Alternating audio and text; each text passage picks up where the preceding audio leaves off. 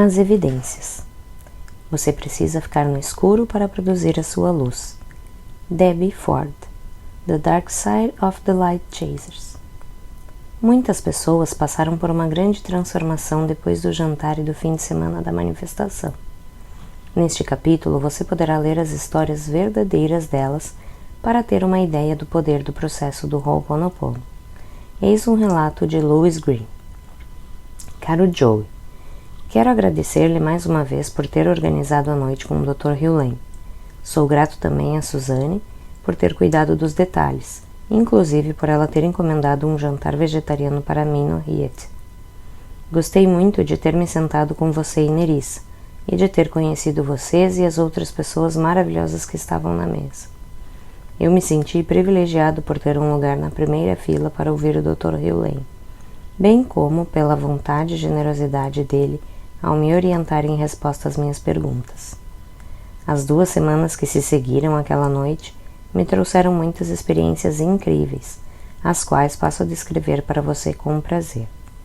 Uma das coisas que precisei lembrar a mim mesmo é que o Dr. Hugh Lane buscou a purificação com o divino para me ajudar, de modo que, embora eu tentasse aplicar o Ho'oponopono com a maior frequência que eu conseguia me lembrar, o que acabou sendo esporadicamente, ainda assim eu estava sendo beneficiado pelas preces dele.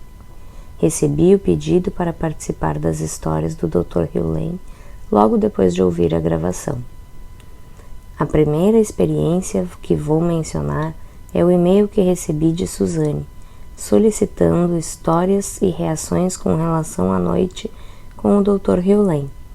Curiosamente, comprei o Life's Missing Instruction Manual e fiz o download da gravação MP3, sua com o Dr. Hugh Lane.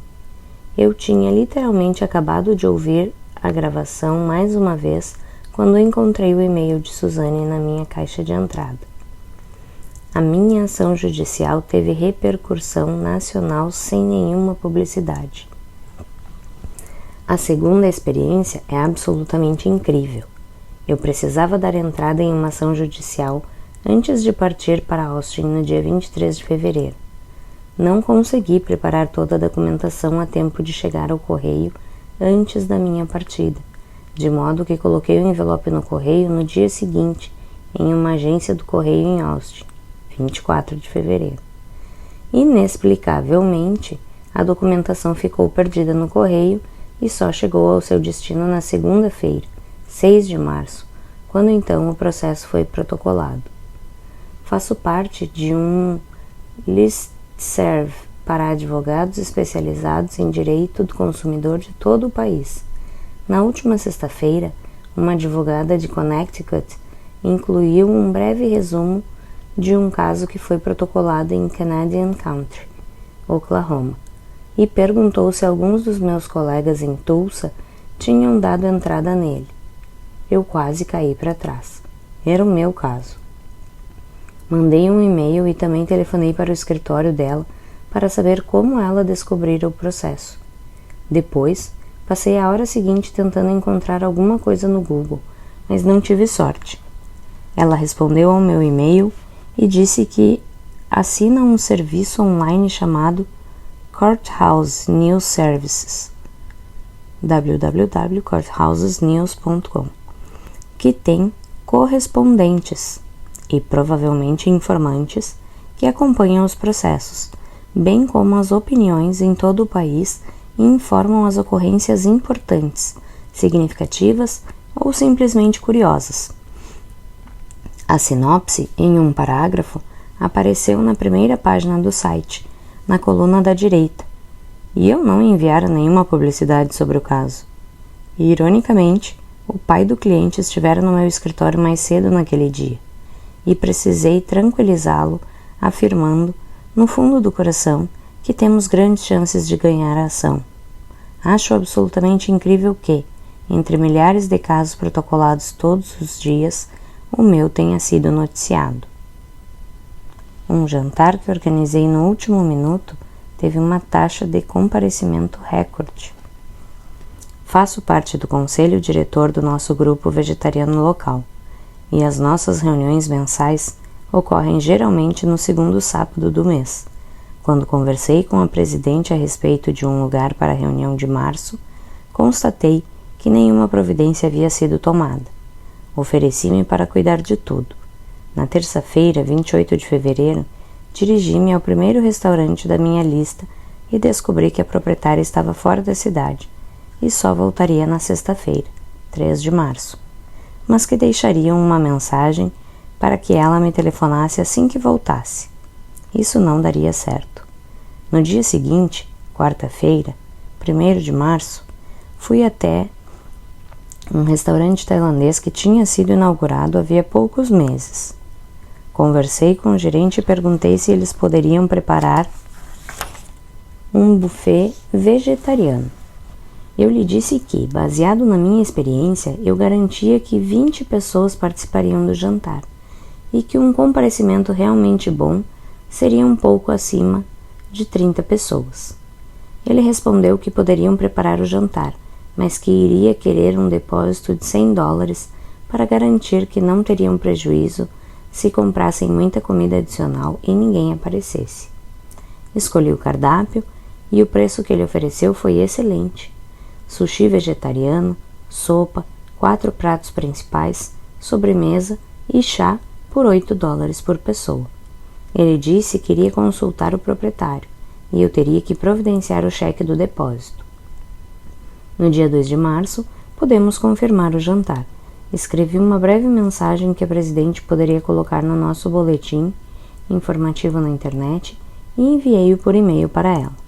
O jantar seria sábado, 11 de março, e pedi a resposta até quinta, 9 de março, às 5 horas da tarde.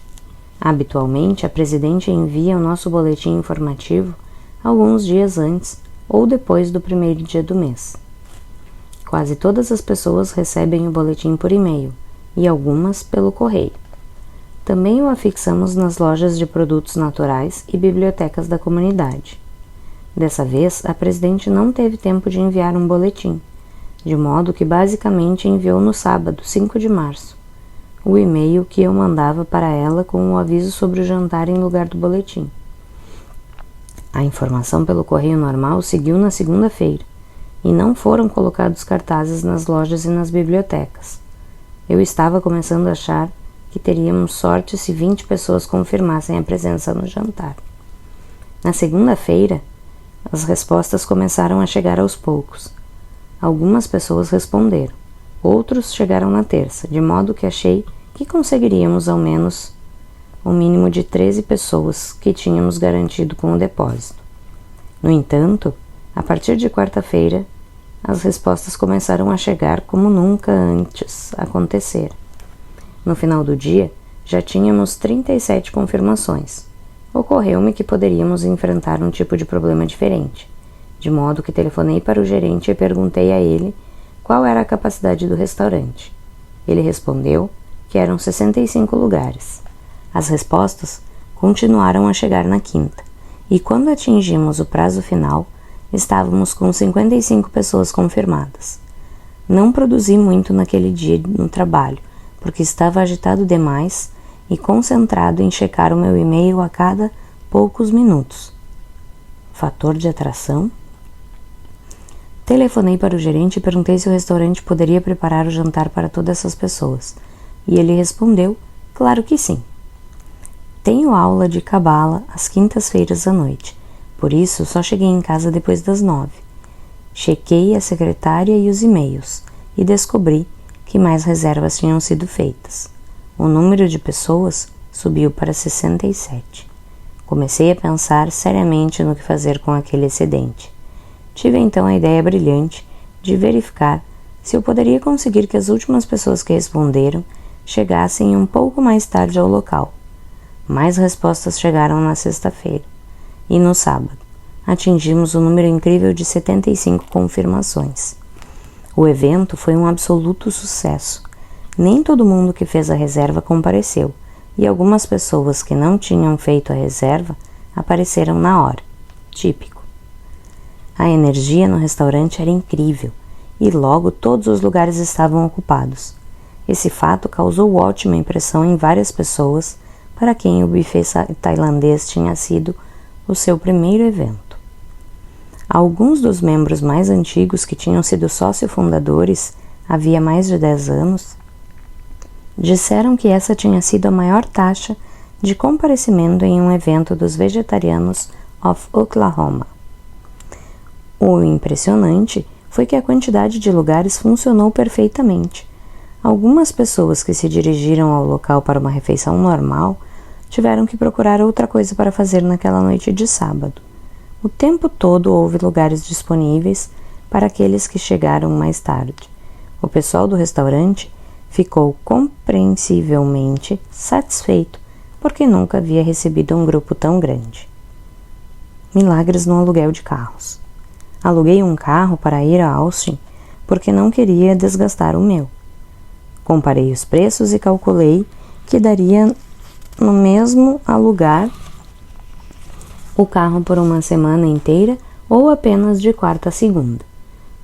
Obtive uma boa cotação online para alugar um carro médio, que eu achei que seria mais confortável do que um veículo pequeno e econômico.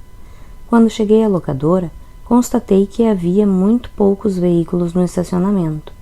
Percebi que havia 2 Chevrolet HHR, cor de laranja, que tem um visual legal de carro envenenado. Quando me dirigi ao balcão, fui informado de que não tinham nenhum carro médio para alugar. Perguntei se eu poderia alugar um HHR, e eles disseram que sim, mas por algumas razões esses carros eram classificados como grandes. Achei que seria legal alugar um carro cor de laranja envenenado para ir a Austin, já que laranja é uma das cores da Universidade do Texas, onde eu estudei. Entretanto, enquanto eu dirigia o carro até o meu escritório, percebi que, embora o veículo tivesse uma boa aparência externa, o espaço interno era apertado e a linha de visão tinha vários pontos cegos. Tive vontade de devolver o carro, mas eu precisava dele para ir ao escritório e fazer algumas coisas. Seria impossível devolvê-lo durante o dia.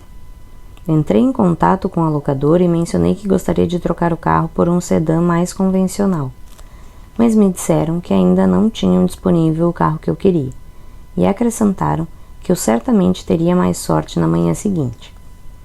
Arrumei a bagagem. De manhã, quando fui colocar a minha mala no HHR, descobri, horrorizado, que o carro tinha um amassado visível na porta do lado do carona. É claro que sempre recuso o seguro adicional, e eu não me lembrava de ter visto o amassado no dia anterior, de modo que achei que estava ferrado. Decidi que o melhor que eu tinha a fazer era ir em frente e ficar com o carro durante uma semana para ver se alguma ideia brilhante me ocorria. Saí bem mais tarde do que pretendia, por volta de 12:30 em uma quinta-feira, e cheguei a Austin por volta das 6:30 da tarde de sexta-feira. Vou dar agora um salto para as 5 horas da tarde de sábado, 60 minutos antes da hora que eu desejava estar no Hyatt, para o evento de Joe e do Dr. Hewley. Eu passava tempo demais me preocupando com o amassado e com o que eu ia fazer. Eu estava em um shopping na zona norte de Austin tentando encontrar inutilmente uma câmera digital descartável. Estava ficando escuro e chovia sem parar quando me dirigi até o carro para voltar para o hotel. Em determinado momento, quando parei e me preparei para entrar em uma rua movimentada, ouvi de repente uma pancada. Alguém batera na traseira do carro. Pensei imediatamente: merda! Primeiro o amassado na porta e agora isso. Tenho um jantar daqui a 1 hora pelo qual já paguei e preciso de tempo para tomar banho e me trocar. Para completar, o trânsito era intenso nessa área, mesmo sendo sábado à noite. Peguei os papéis referentes à locação e saltei do HHR. Topei com um jovem negro na calçada. Tenho que comprar pneus novos para o carro, não consegui parar. Não é uma boa coisa para se dizer a um advogado, pensei em voz alta. Eu disse: droga, o carro é alugado. Caminhamos até a traseira do HHR para avaliar o dano. Nós dois ficamos simplesmente aturdidos. Não há nenhuma marca, exclamou o homem. Não há nenhuma marca? Jesus seja louvado! Como sou judeu, achei a situação divertida, mas eu mesmo examinei o para-choque e não consegui acreditar. Por incrível que pareça, ele estava certo. Não havia nenhum dano. O carro, aparentemente, era feito de plástico articulado. Eu sabia que eu ia ficar insatisfeito, mas não quis continuar a conversa e criar um caso. Tudo o que eu queria era voltar para o hotel. Demos um aperto de mãos e fomos embora, cada um para o seu lado. Cheguei na hora ao jantar e me sentei na mesa com Joe e Nerissa. Usei seriamente as técnicas de Ho'oponopono para decidir o que fazer sobre o amassado na porta. Adiei fazer qualquer outra coisa a respeito do assunto até umas 2 horas antes do momento em que eu teria que devolver o carro em perfeito estado. Procurei na lista telefônica e encontrei um lugar que consertava amassados sem usar tinta. O cara da loja me deu um orçamento de $95, mas ele precisava de algumas horas para fazer o trabalho. Isso me faria pagar uma multa por atraso, o que eu realmente não queria que acontecesse. Perguntei o que deveria fazer e a resposta chegou bem clara. Seja sincero. Telefone para o escritório da locadora e explique a situação. Se eles quisessem me responsabilizar pelo amassado, pelo menos eu teria uma estimativa. Liguei então para o escritório e o cara no telefone me disse que não mandasse fazer o conserto e levasse o carro para a locadora para que eles pudessem examinar os dados do carro e avaliar o amassado. Eu disse, ok. Levei então o carro para a locadora e deixei-o estacionado na pista de devolução. A moça do setor de atendimento ao cliente começou a escanear o código de barras e a fazer a leitura das informações sobre o carro. Eu contei a ela o que estava acontecendo e ela me enviou para o trailer, onde ficava o escritório. Encontrei o cara com quem eu falara no telefone e ele digitou no computador o número de identificação do carro. Milagre 2. O amassado já constava na ficha do carro. Eu não era responsável. Viva! Eu estava livre. Oferecem à minha irmã o emprego dos seus sonhos.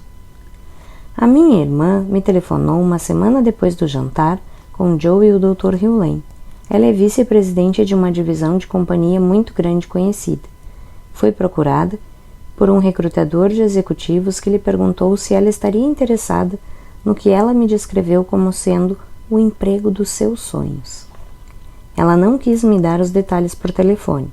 Em vez disso, encaminhou-me por e-mail a descrição do cargo que recebera da agência de emprego. Fiquei aturdido. Digamos que a empresa é top de linha, e tudo o que eu teria que fazer seria lhe fornecer uma única palavra, o nome da companhia, e isso contaria a história toda. Alguns meses depois, ela foi contratada.